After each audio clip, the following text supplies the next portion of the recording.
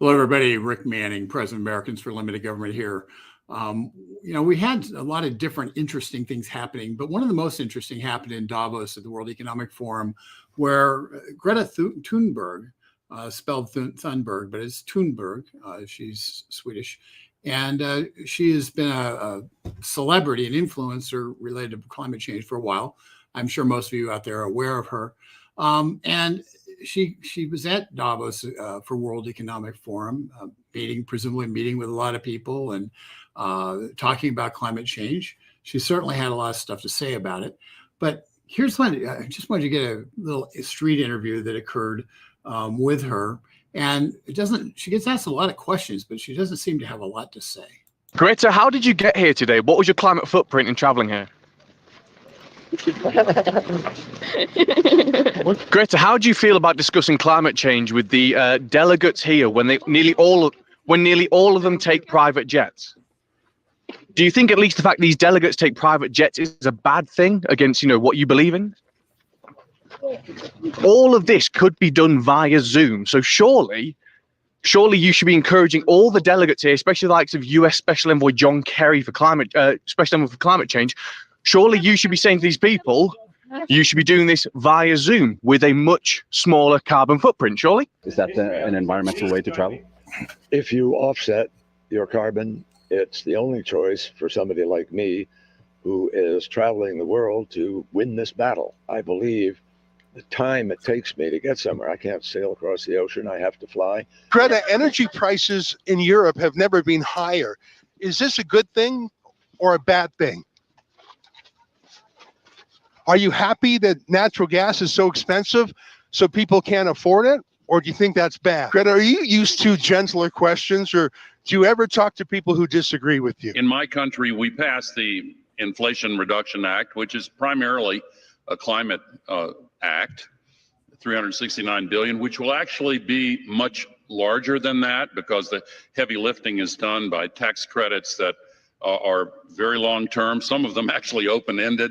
A climate act.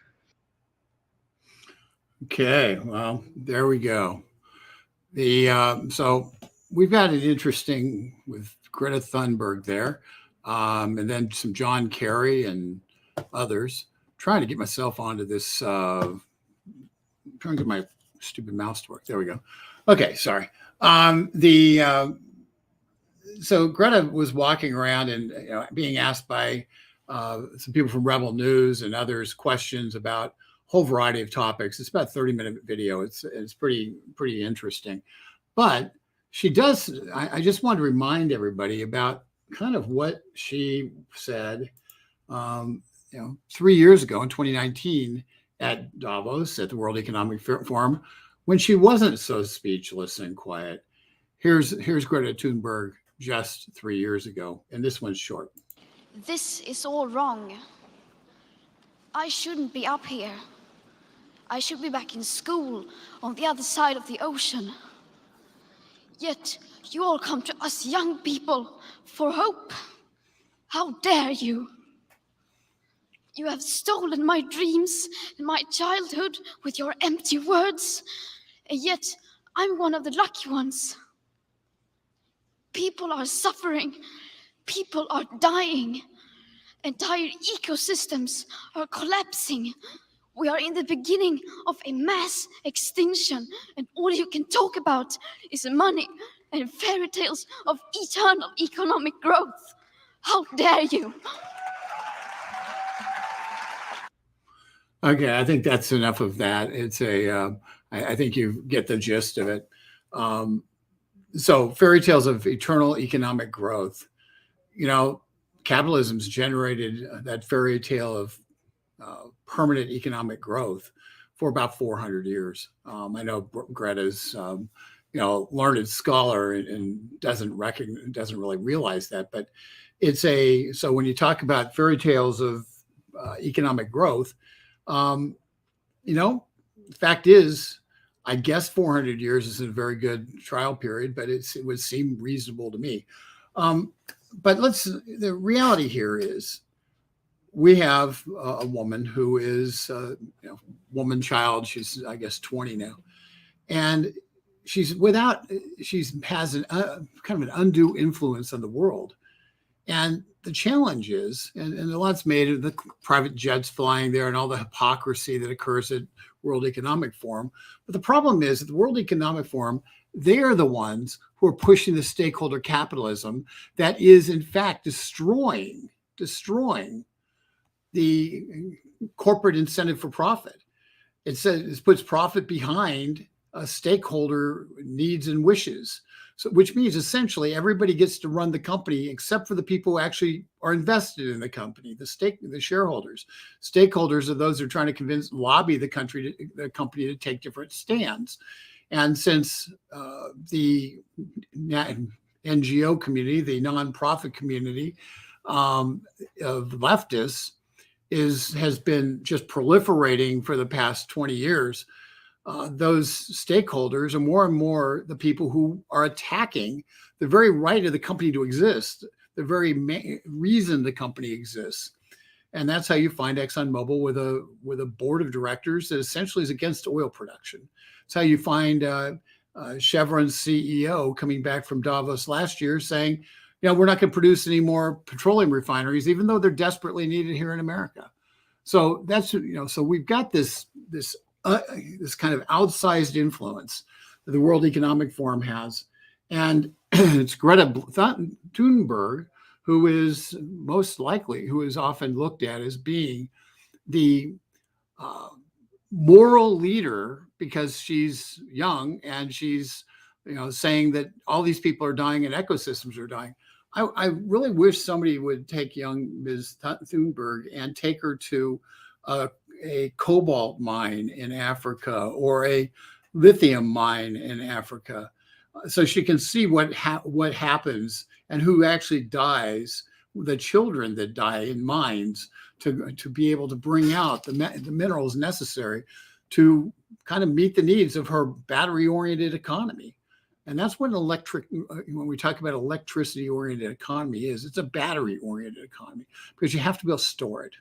And storage means batteries, and the batteries mean lithium and cobalt, and they mean essentially Chinese control of the resource, first of all, because China has gobbled up about 90% of the lithium resources. All the while, by the way, increased the number of coal mines and coal-fired power plants in their country dramatically, and being the number one producer of CO2 in the world. Greta and the like always exempt the Chinese from condemnation.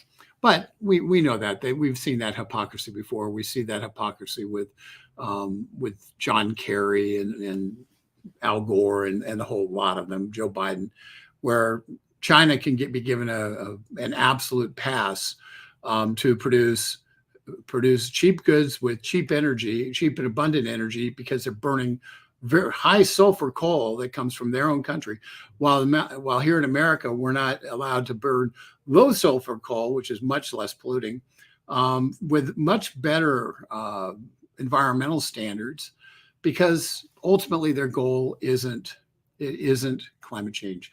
Greta Thunberg is nothing more than a tool. She's saying her lines. She probably believes them. I'm not going to just say she doesn't believe what she's saying, but it's pretty clear she doesn't have any idea what she's talking about. So watch this and you'll get an idea of that.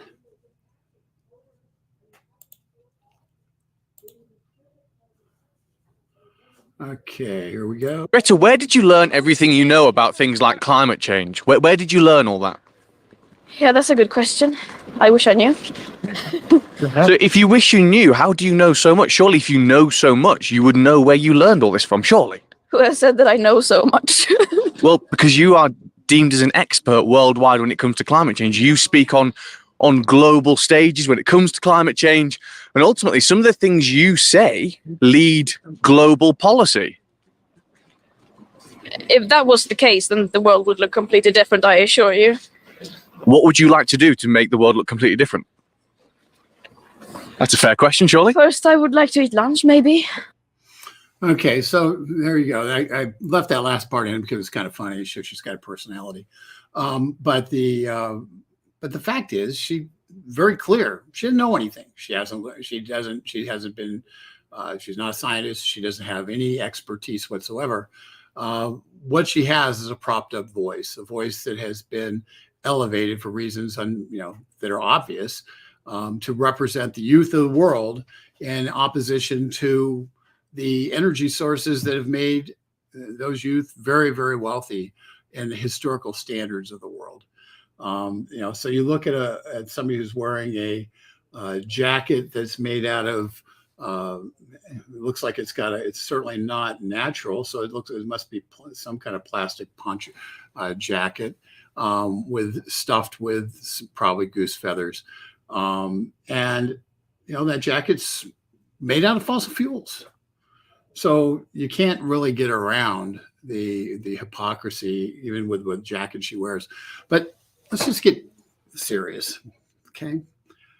When Al Gore was talking in the first clip, at the end of the first clip, where he was talking about the Inflation Reduction Act being a global warming bill, okay, climate change bill, $314 billion dedicated to fighting global warming, but a lot more because the programs that are set in place have, in some cases, unrestricted tax credits for a long, long time.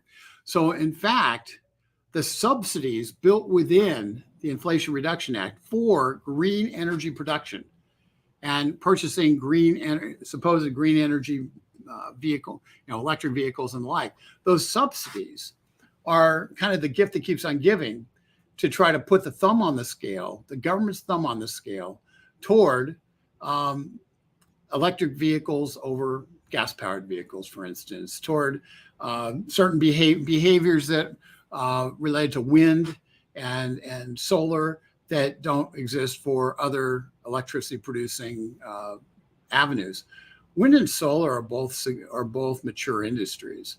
They are, solar is going to continue the battery technology is going to get better, but by and large, solar is, anybody in America can get solar if they want on their households, and there's heavy incentives to do so.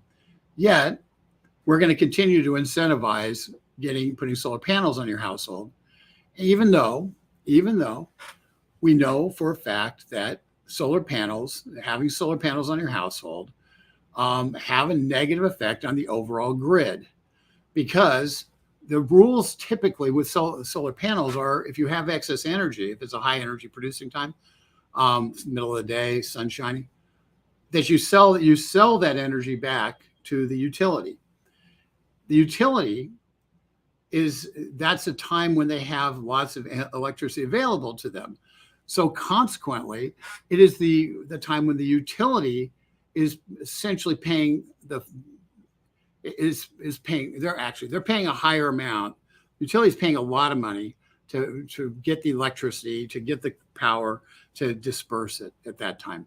But they're required to give you, as a solar panel holder, a premium on what you're paying, on what you're doing, making it so you're producing electricity and sending it back to the power company, and they're having to pay you more for the electricity that you're sending to them than it costs them to just generate regular electricity. What does that mean? Very simple. It means that we destroy the grid because the utility companies are dependent upon making a profit in order to reinvest in the grid lines. And by reinvesting in the grid lines and upgrading the entirety of the grid that transports all of our electricity around the country, by upgrading that, they ensure that it doesn't break down, that you don't end up with power stations collapsing and the like. And as a result, you're essentially robbing the electricity delivery system for the country in order to subsidize solar energy. It's crazy, but it's what it is. We did a report on this a couple of years ago. I encourage people to look at it. It was done by Richard McCarty about 3 years ago, which talks about the public utility lines and the grid and how it's actually being stretched too thin based upon solar panel incentives. And so that's off of Americans for Limited Government Research Foundation. I have to take a couple of questions and see what we know. And I'll try to just work through it. I just think that Greta Thunberg is an interesting personality because somebody has lifted her up and made her a personality. And she's gotten worldwide fame as a result. She gets in front of world leaders all the time. And according to her own words, not because she has any particular expertise. So, beats the heck out of me, but but somebody's pushing her and somebody's pushing her hard. And so I thought getting a look at her in real life would be a good thing. Let's look at some questions. So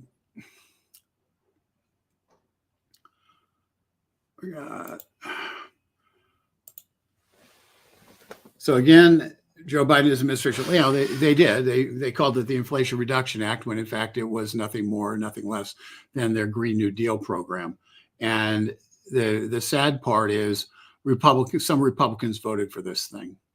And they knew full well what was in it. So more Inflation Reduction Bill is the Green New Deal. Yeah. I'm glad. I've been saying that for a long time, but I'm really glad we got the clip of Al Gore saying it, because truth is the Green lobby knows what they're doing. They are very, very well funded.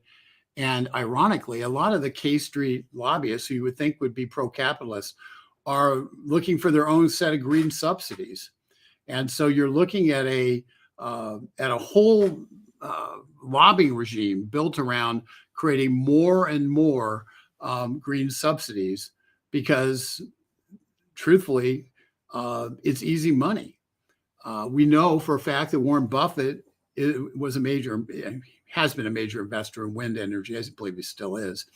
And when asked why he invested in wind energy, he stated very simply, because it's not because they make money off of it, it's because the money they get as a credit on his tax form makes it worthwhile, makes it profitable for him to own wind energy. So Warren Buffett, one of the third or fourth richest man in the world now, admits that the only reason he's investing in wind energy is because there's a tax credit involved. It has nothing to do with the profitability of the industry. It's an industry that's been around for 30 years, and it still isn't profitable. It's not profitable because it doesn't produce enough electricity for the cost to produce it. So the government subsidizes it. And now we have these windmill scars across our countryside that dominate once pristine grounds. And they sit there and they don't actually produce enough electricity to make a difference. In fact, they cost more money to produce the electricity than they generate. Teresa Carter, I'll be worried about the debt ceiling in the USA. They're going to be bankrupt. Yeah, Teresa, we've been talking about that a lot, and it's actually what we spent quite a bit of time last week talking about that. The fact is, the debt in the country is growing. We had just to recap, in 2019. Our government collected about $3.6 trillion. Okay. That was the revenues collected. In 2022, 3 years later, our government collected $4.9 trillion in revenues. 4.5 of that money was from individual corporate income taxes, and 3 was from the Social Security Trust Fund. So you got 4.9 total. Our government was spending about 4.6 trillion prior to the pandemic in 2019. In 2022, we spent 6.25 trillion. We raised our spending by dramatically more, by 1.2 trillion more than we raised our revenues. It's insane what's going on. It's beyond comprehension how bad our fiscal situation is. We've got a debt ceiling. The total amount we're hearing a lot about it being economic terrorism to try to take the debt ceiling and use as a means to lower the national debt, or to at least not have it increase as much. And so the White House came out this weekend and called it economic terrorism. Folks, what's economic terrorism is to sit there and say, we're going to not pay the people who we borrowed money from. We're not going to pay out the Social Security. We're not going to pay out veterans benefits. We're not going to do that stuff unless you just don't do anything. You allow the spending to continue on at the current pace it's on. That's terrorism. That's holding the country hostage, and that's what Joe Biden's trying to do. Fact is, the whole reason the debt ceiling exists is to have a conversation about why we have such a large debt and try to do something about it. And I would refer you guys back to what we talked about last week. But essentially, we could drop the spending down to about 5.7 trillion without even feeling it, and that would be a simple thing to do. We could embark on having the penny plan, which came up with by a Democrat, Tim Penny actually, from Minnesota, I believe. Back a long time ago. And his idea, and Senator Marsha Blackburn from Tennessee, introduces this every session, and it is to every year make a 1% cut in our spending, in our domestic, or in our spending related to the discretionary funds. Just a 1% cut, because everybody knows you can cut 1%. Okay? Everybody knows you can cut 1%. And that's the way you kind of draw the fat out of the system.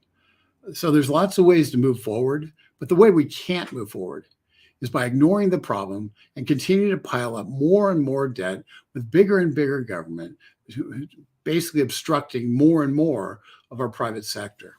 And so that's a disaster. So Teresa, thanks for bringing that up. It's something we care about a great deal. How limited is limited? Yeah, Donald, is how limited is limited? That's a great question. The answer to that question is, the ideal situation is to get back to Congress actually doing laws which are very prescriptive. They don't have an open-ended, let the administration figure it out. Let the administrative state do nothing but administer the laws as written. No expansion. They still have to do regulations, but no expansion on those laws. Fortunately, the Supreme Court in the West Virginia v. EPA case last year set the course where that can happen, because they told the EPA very specifically that they cannot expand beyond what Congress had intended under the law, what Congress had actually written in the law. If they wanted to expand beyond that, they'd have to go back to Congress and get them to change, write the law a different way. That is such an important decision, because by definition, across the government, it narrows what the administrative state can do. And it makes a lot of the decisions made by not just the EPA, but all the various agencies subject to examination of what the congressional law says versus what the regulation says. And that will that'll be a tremendous step forward.